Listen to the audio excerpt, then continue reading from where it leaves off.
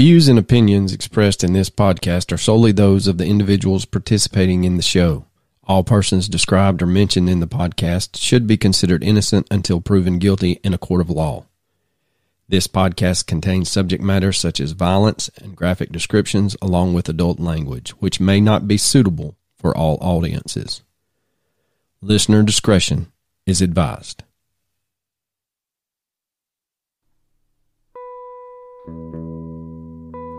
Patrick Paddy Hildebrand, a 9-year-old boy from Australia, goes missing on a family bushwhacking trip in Victoria Wilson's Promontory National Park in 1987. Despite extensive searches by authorities and volunteers, Paddy is never found, and his disappearance remains one of Australia's most intriguing unsolved mysteries. You're listening to the Mysterious Brews podcast, and tonight we bring you the cases of Australian Missing 411.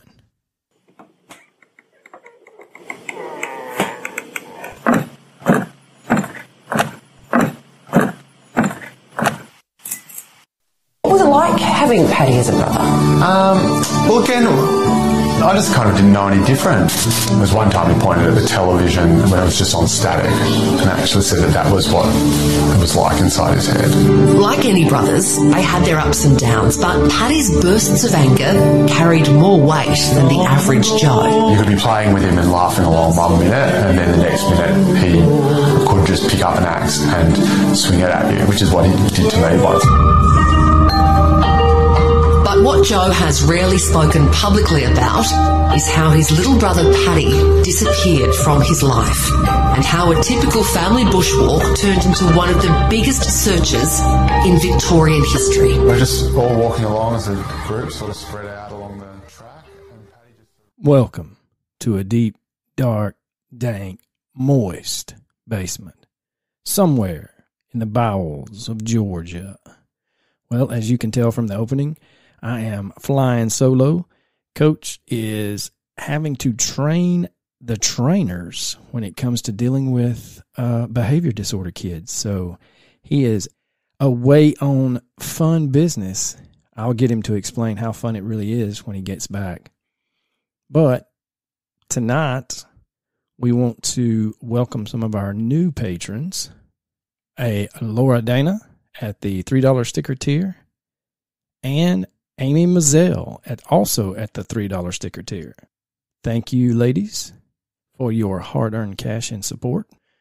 We also have a 5-star review. A Kiribara says, I've very much enjoyed this podcast. I found it a couple of weeks ago when I searched for Jennifer Kessie. I like hearing different views on cases and appreciate their banner. Thank you so much for your 5-star review, Kiribara.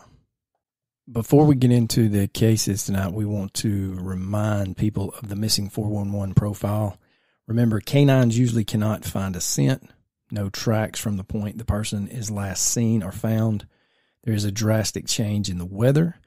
If the person is found, they are found in an area that has been searched previously. Sometimes 2 to 3 times it has been searched, and then sometimes it has been searched as many as 8 times. If the person is found, they are missing clothing or shoes. Average time of the disappearance is in the late afternoon or PM hours. Many victims have a disability or an illness of some type. If the victim is found alive, they have no memory of what occurred. Sometimes they are found near or in water. Boulder or granite fields are near where they disappeared. Sometimes, depending on whether it's a recovery or a rescue, great distances are traveled, sometimes over mountains, and we're talking great distances of like miles, 10 to 12 miles sometimes, over multiple mountain ranges. We also have equipment fails, such as helicopters, FLIR, compasses do not work, and coroners cannot determine a cause of death. The first case we will be discussing is the case of Patrick Paddy Hildebrand. Paddy, as he was known to his family and friends, was a 9-year-old boy who went for a hike with his older brother, Joe, who was 10 at the time and about to have a birthday along with their mother, Christine, on the well-known Lily Pilly Gully track located at the Wilson's Promontory National Park.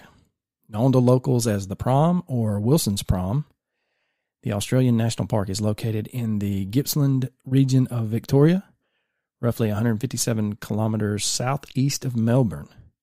Now, this place is absolutely gorgeous from the pictures that I saw online. Now, the Hildebrand crew decided to go for a hike around the 1st of July, 1987. Patty, like I said, was 9 at the time, and he had a developmental delay due to Gestalt syndrome. Now, some reports that you read state that he was also undiagnosed autistic.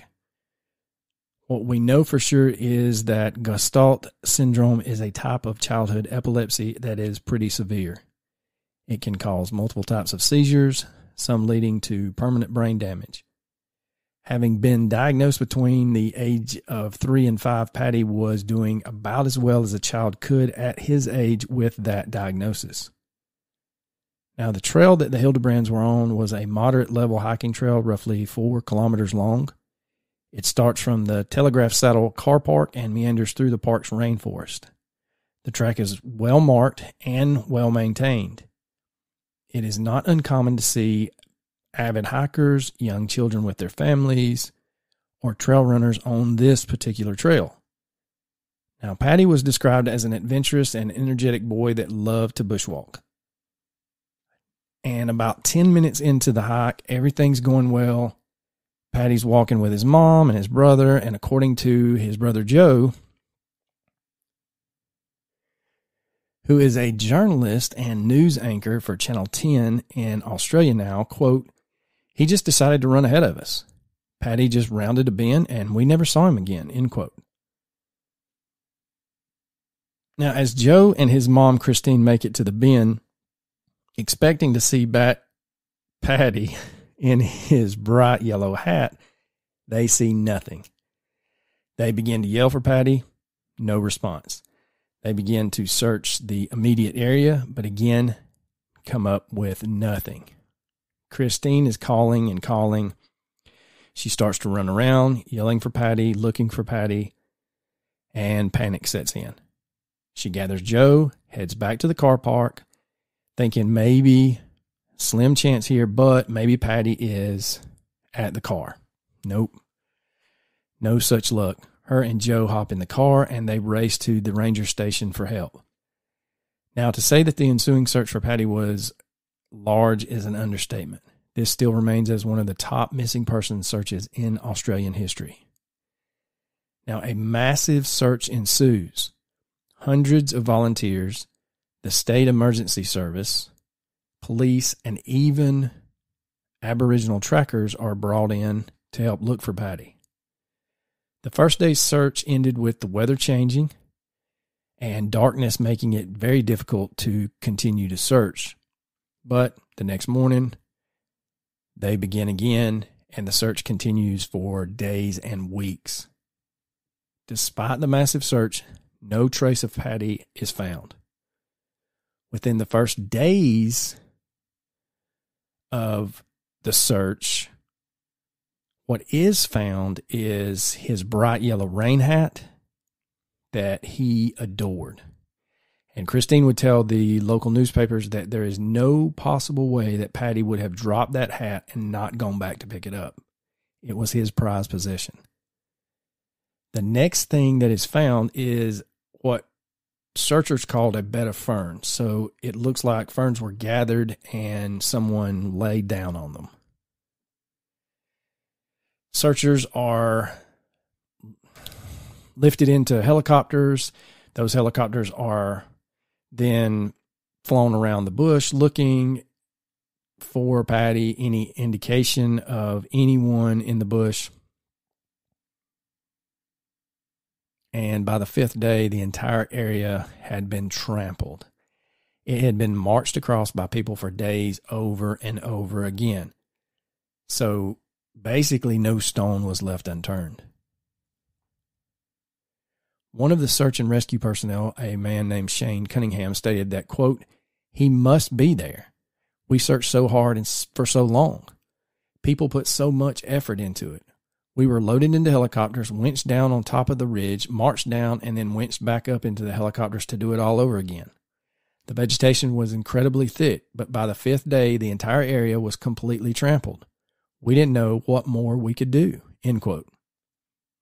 Now, a sergeant with the local authorities who had a son the same age as Patty would continuously go down to the area in which Patty disappeared and search on his own time for years and years, to no avail. Now, fast forward to January 23rd of 2014, Patty's brother Joe Hildebrand opened up about his brother's disappearance after writing a book on the experience titled An Average Joe, My Horribly Abnormal Life. Joe, like I said, is a journalist now, and he is co-host of the Studio 10 morning show. And he would tell his co-host, quote, "It was difficult to write, but I had been waiting a long time to write it. I also knew it would be the most important thing I'd ever write," end quote. He goes on to state that Patty loved nothing more than bushwalking. The forest ahead was calming and the way ahead was clear, and so we strolled lazily along the path, a couple of kids straggling behind and Patty a few short meters ahead. Then he rounded a bend and we never saw him again.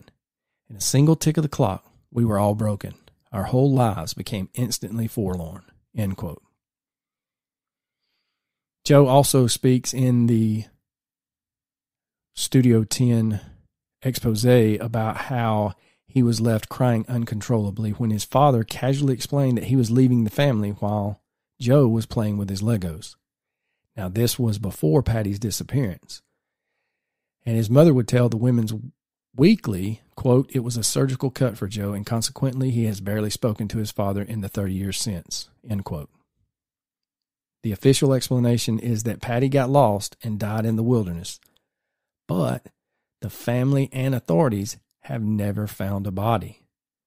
The disappearance of Patty Hildebrand remains one of Australia's most mysterious unsolved cases. Now, for us in the States, it was very difficult to find anything other than what I have just explained on Patty's disappearance. Cody had recommended this case to us and also recommended a Facebook page that I believe has a lot more information on it, but I don't know if it's the fact that we are a podcast page trying to gain access or what, but we are still in limbo as being accepted into that Facebook group.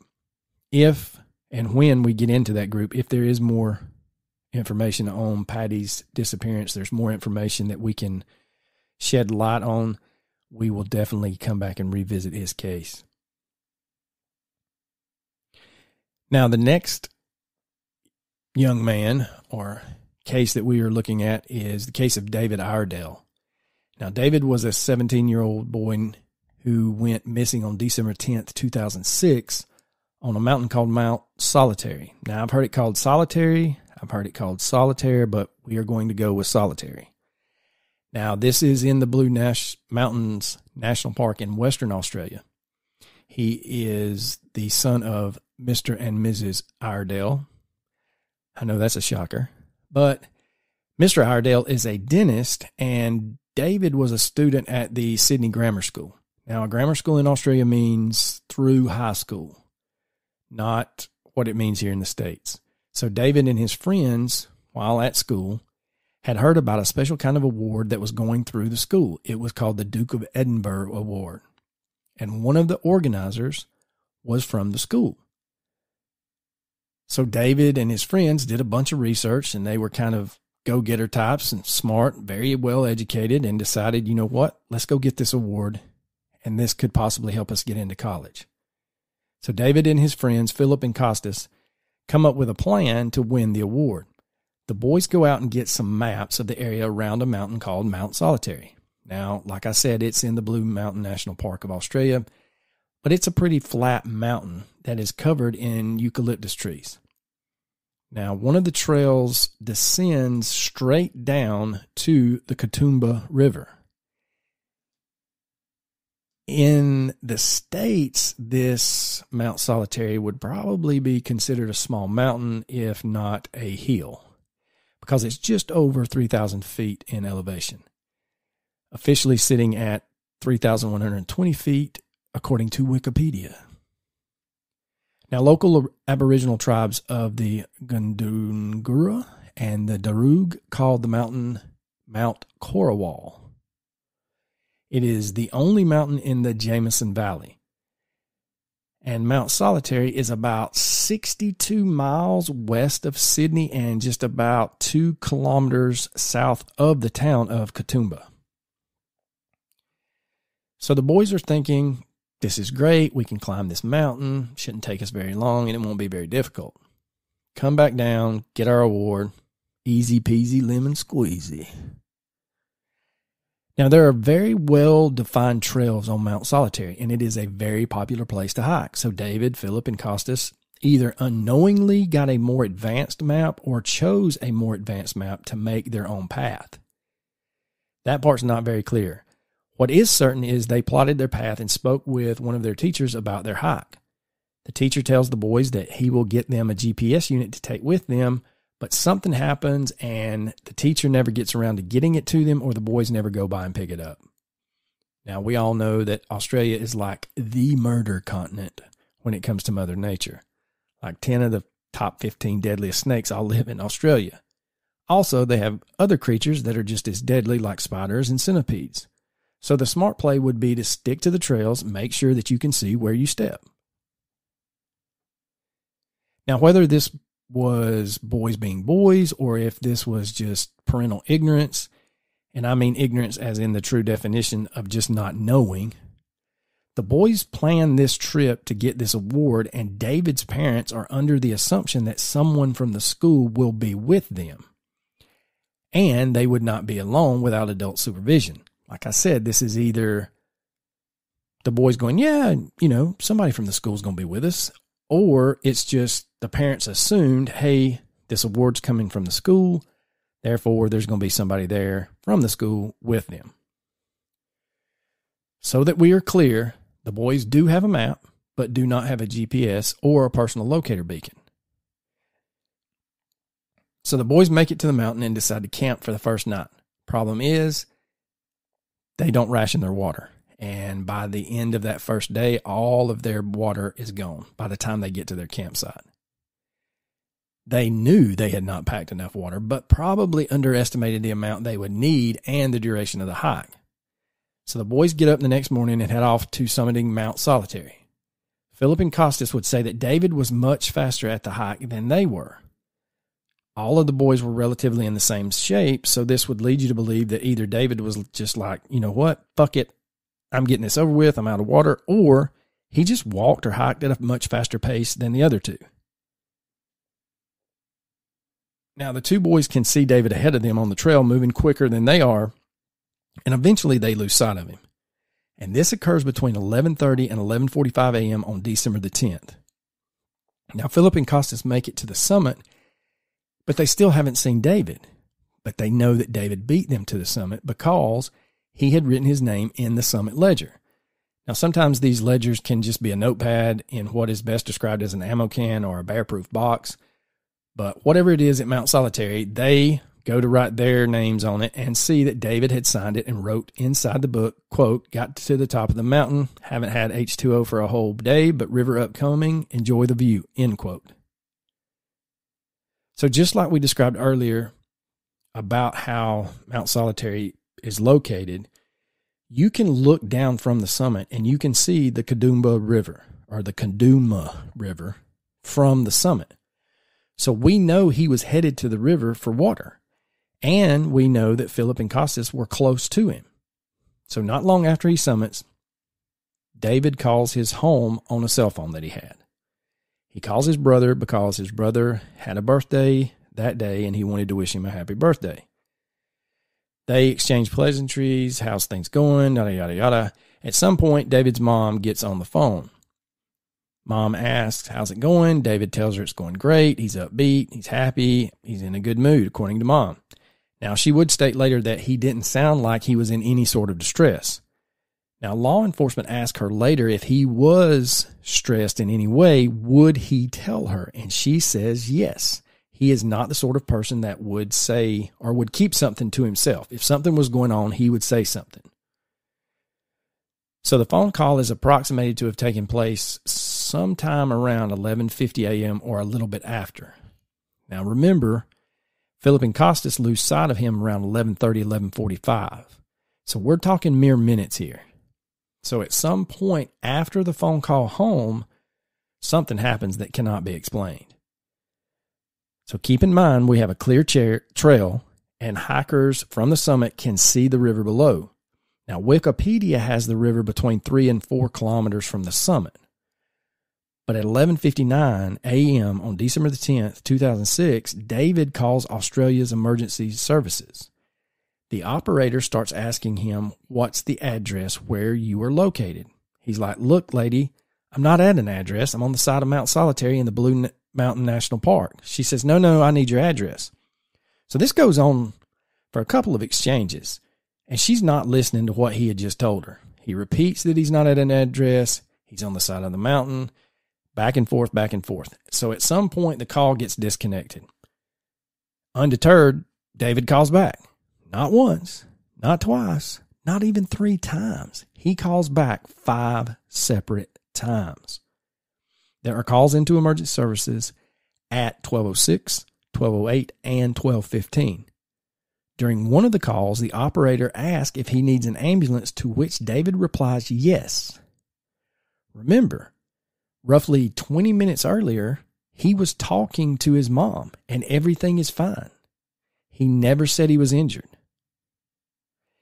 And if you give or take on the time scale, it could have been as, I guess, early as or as short as 10 minutes between the time that he talked to his mother and he called emergency services. He never let on that he was injured. He never said he was in distress to his parents. And like his mother said, he's not the kind of kid that would lie to her. Is it possible that David got lost from the summit to the river? Yeah, it's possible, but highly unlikely because A, you can see the river and you can hear it. And B, he is traveling downhill. All you got to do is keep going downhill and you will hit the river at some point. Also, he's on a well-worn, gentle descent trail that leads straight to the river. David has a cell phone, and he also has his maps that show exactly where the trails were located. Odd thing is, he never arrives at the river. Philip and Costas do arrive at the bottom of the trail at the river, and to their surprise, emergency services is there. So they talk to Philip and Costas, and they explain, yeah, we lost sight of David around 11:30 a.m., and he's supposed to be here, but he's not. We've looked. So emergency services didn't show up expecting this to be a minor incident. They showed up full chalant with professional searchers from the surrounding area, all coming to Mount Solitary. I can't say enough good things about Australia's emergency services in this case. Once they realized that David was somewhere between the summit and the river, they know they've got a very well-defined search zone, and the first thing they do is call the cell phone. Maybe by sheer luck, he's got enough. We can get a GPS ping. We can get him to answer. But unfortunately, the cell phone is dead and it's going straight to voicemail. So nothing was happening, and they immediately call in a helicopter with FLIR. So those of you that are under a rock, FLIR is forward-looking infrared radar. So this helicopter with FLIR starts making passes up and down the mountain. And it would have been damn near impossible to not see David on the FLIR even if he had expired. A body retains heat up to 8 to 10 hours. So we have professional searchers, a helicopter with FLIR, along with 2 bloodhounds who arrived pretty quickly on scene, and they are deployed from the point where David was known to have last been at, which was the ledger at the summit. And they take the route down the mountain, no hits. They can't find any hit when it comes to David's scent. Phil and Costas were questioned extensively about where they last saw him. What was his condition? They reiterate the fact that they had not had water in 24 hours.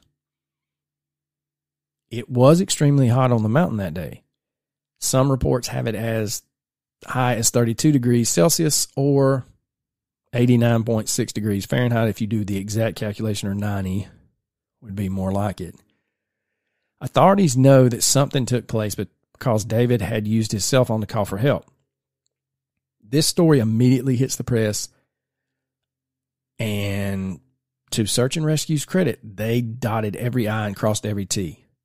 They have multiple helicopters come in, multiple planes come in, join the search. Several dozen searchers along with David's family join the search. Now, remember, David's parents believed that this was a school-sponsored event. So when they find out that there was no school supervision, the proverbial shit hits the fan. And to say that they were pissed is an understatement. Like I stated earlier, Search and Rescue, they're on their A game. They draw a line from the ledger box to the river and deploy searchers a half mile on each side of that line, and they work their way down the mountain to the river. The mountain is literally covered by searchers, and they find nothing. 8 days of searching produces nothing. On December 19th, 2006, 8 days after David disappeared, a hiker is walking down the mountain outside the search zone and finds David in a dry creek bed. It was stated that the creek bed was located 1 kilometer from the river. He was found lying on his side with his knees bent up to his chest.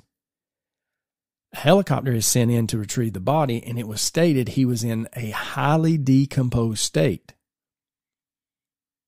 Now, searchers redeploy to the area and scour the surrounding wilderness. They are puzzled because they knew that David had a cell phone and a backpack with supplies and camping equipment with him when he disappeared. At first, they cannot find either. Undeterred, searchers return to the area the next day and start radiating out from where David's body is found. And 110 meters up the mountain, they find his backpack and his cell phone lying side by side. Now, some people have really hung up on the fact that they were found together and why they were found so far from his body. I agree that distance is highly strange, not so much with the strangest with it being found together. Now, a plausible explanation would be that he sat down, tired, dehydrated, hot, pissed off, took off his backpack, took out his cell phone to see if there was enough power to call out, and just set it down next to his backpack. Now, David's body is taken in for autopsy after he is found, or for an autopsy. Now, the coroner rules the cause of death is dehydration. David hadn't had anything to drink within 24 hours of him disappearing. I go back to the phone call with his brother and his mom. He tells them everything is fine and he can see the river below. So the assumption is that he was not concerned about not having water on his person with the river at the bottom of the mountain. What is super strange is that within mere minutes of telling his mom everything is okay and everything is good, he calls emergency services stating that he is lost and he needs an ambulance. So why did it take 8 days to locate him? Where was he during that time period? Was he on the mountain? This was all in the news and print media at the time, so it is highly, highly unlikely anyone traveling to the mountain, hikers, explorers, whatever, would not have heard about his disappearance or not seen the tremendous search and rescue operation that was underway. So there was this big inquest, and just like in the UK, the inquest is basically a hearing to try and piece the puzzles back together and determine what could have been done better.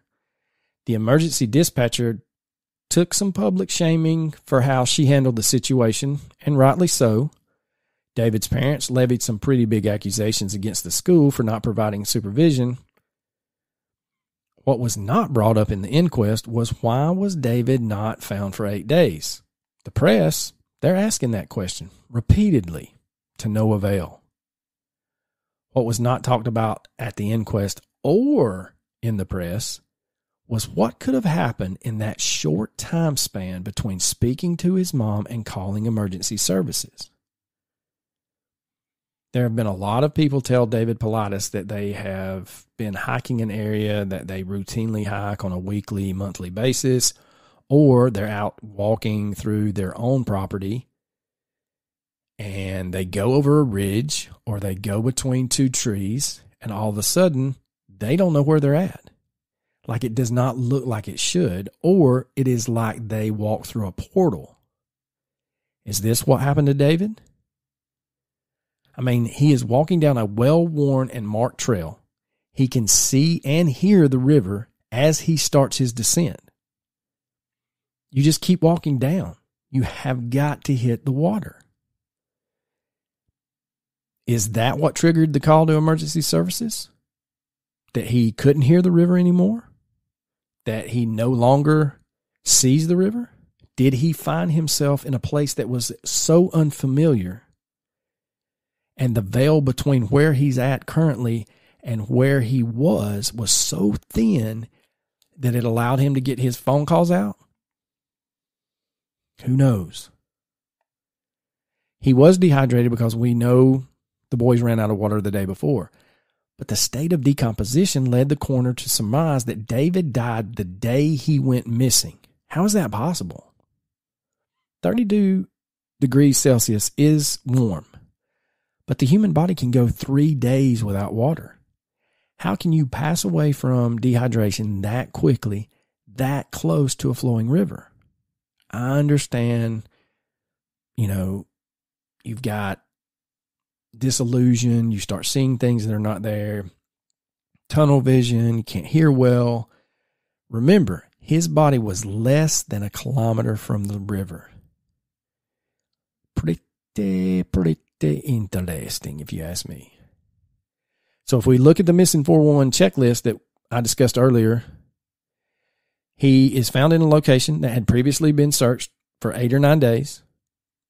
He is found with water just a kilometer away, and you can see it from what I was told and read. Canine tracking dogs were brought in and could not find a scent trail, and this was unusually warm weather that occurred right when he disappears. So let us know what you think of that one. This one is probably the weirdest of the three. And I only say that because I could not find enough information on Patty's case. I think that's probably one of the most bizarre unsolved cases in Australia when it comes to disappearances. But I just could not find enough information out there other than what I gave you. So the last case that we come up with is Samantha Murphy. Samantha was a 51-year-old lady that disappeared on February 4th of 2024. So just a little over a month ago, around 7 a.m. from Ballarat, Australia. Now, Ballarat is located west of Melbourne, and Samantha was married to Michael Murphy, or Mick, and the couple had 3 children. Samantha and her husband owned a car repair business in the town of Ballarat, and she was an avid runner who would average 14 to 17 kilometers a day. Now, the day before she goes missing, her and her husband were entertaining some friends for dinner at their home. During dinner, Samantha was explaining that she had been walking and running in the local bushland, and she was planning on a 14-kilometer run the next day. So on February 4th, she is captured on CCTV at approximately 7 a.m. in the driveway of her home. She's dressed in what they describe as a brown singlet, what we would call a brown wife beater or sleeveless top, and black leggings. Now, Samantha's usual route was towards the Canadian forest. Yes, that's what it's called in Australia. Now, that's just bushland, and you can look it up on a map. So she was known to run, and her daily route would run through the bushland and then turn south towards Mount Helen. Now, like I said, this is nothing out of the ordinary. She does this every day. She ran towards what is marked on Google Maps as the Canadian Plantation within the Canadian forest along the Geelong Road towards Mount Helen. Now, once you leave the city of Ballarat, there's things get rural, and they get rural quick. So not a lot of homes and businesses. So it's kind of like into civilization, bushland. So around 12 p.m., Samantha had not returned home, and her husband, Mick, gets in his car, drives the route that Samantha would have normally taken, doesn't see her, gets back home.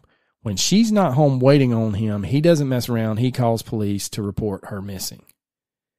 So police arrive and interview the family. They interview Mick. Mick gets out a map and explains, here's the route that my wife takes every morning for her run. So police take the report, and then they decide that they're going to drive that route that she would have been running. And the unit that took the report calls other units in to take any possible side routes she might have taken. And y'all know us. We will shit on police here as quick as we can. But we also tell you when they do right, we applaud them. And this is top-notch police work right here. So the next day, the police decided that a full search and rescue operation was needed.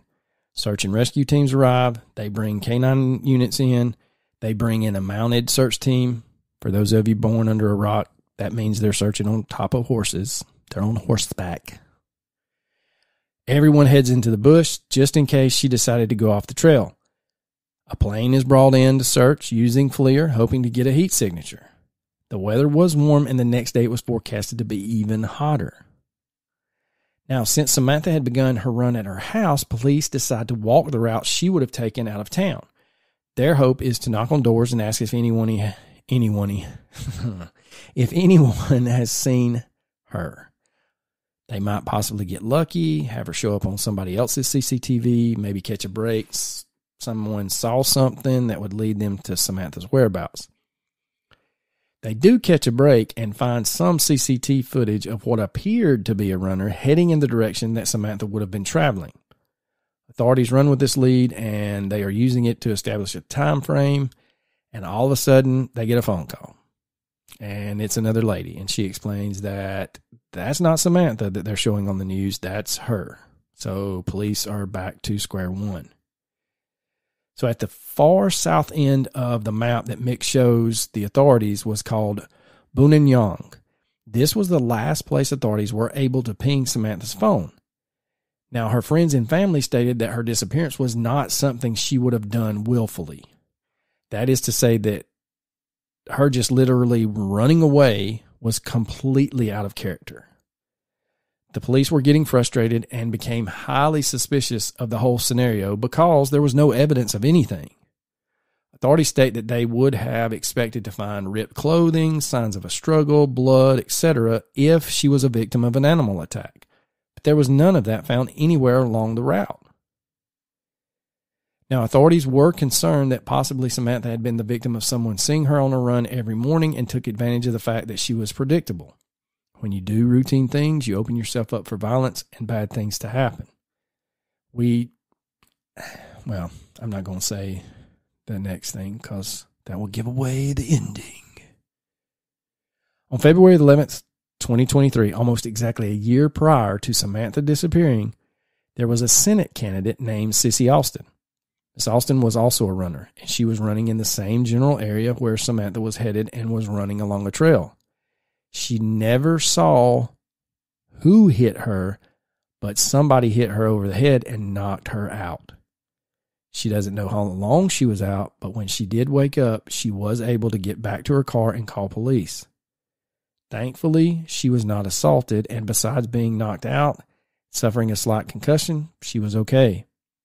But the attack on her happened in the same area where Samantha disappeared from. Again, very, very suspicious. Now, the area in which Miss Austin was attacked and Samantha went missing from is not known to be a dangerous area or an area in which there's a lot of petty crimes. From news reports, Miss Austin's attack was the first case of a lone female runner being attacked, I think, ever. Then you fast forward a year later, we have a lone female runner who disappears in nearly the same spot. Was this a dry run? Was knocking Miss Austin out a dry run to see what they could get away with? How long they would be out if someone saw it, we don't know. Again, canines are brought in. They don't pick up a scent. Police have been searching through 12,000 hours of CCTV footage and following up on an estimated 500 pieces of separate evidence, looking for anything out of place when it comes to maybe out-of-place vehicles, out-of-place walkers, runners. So hopefully, while they're doing this, they also ran the sexual predator list in the area to see if anyone lived along the route that Samantha took. So when I say this case is very, very new, it is very, very new. And just this past week, and today is the 11th, so on March 7th, 2024, 22-year-old Patrick Orange Stevenson from Scottsburn was charged with Samantha's murder. You're thinking, what the hell are y'all doing, a solved case? Not necessarily. Because in the news articles that I found, in a police statement, it was divulged that they believed that there were multiple people involved with this. So where are the other arrests? If Mr. Stevenson did not tell authorities where Samantha's body was located, how can you charge him with murder? Authorities stated that they had questioned Stevenson for 30 plus hours the day before, and after the questioning, he was arrested on charges of murder. That sounds very familiar to the shit that goes on here in the States. The question is, what led to his arrest? Samantha's still missing, and the search for her body still continues. So, if he did do it, is he confessed, yeah, I killed her, but I'm not telling you where the body's at? It just doesn't make any sense at all. So we will keep an eye on her case.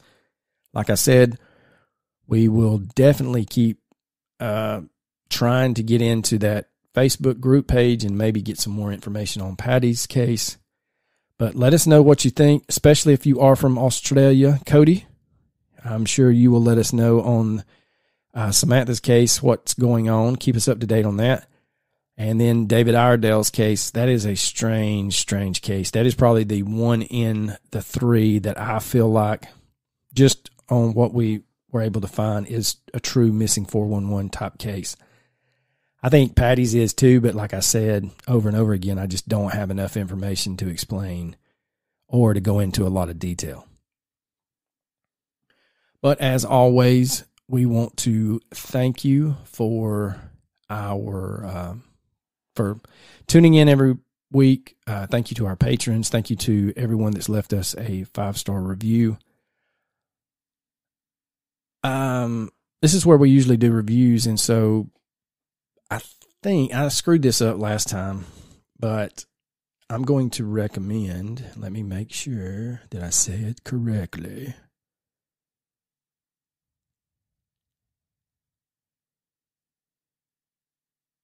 Is it not going to show the picture? Yes. So it's Expedition Bigfoot just come out with a new season. I think there's 3 episodes in it. They're in Alaska this season. So far, man, there's some pretty interesting things going on. I do like the way that they attack an area, and I just wish they were a little bit more in, instead of, there's no more sounds. There's no more sounds because you walk around like an idiot. But anyway, I'm going to recommend Expedition Bigfoot. Y'all know how we love the Bigfoot around here. Well, usually this is where I ask the Bearded Wonder if he has anything to add. Since he's not here, there's nothing else to add. So, deuces.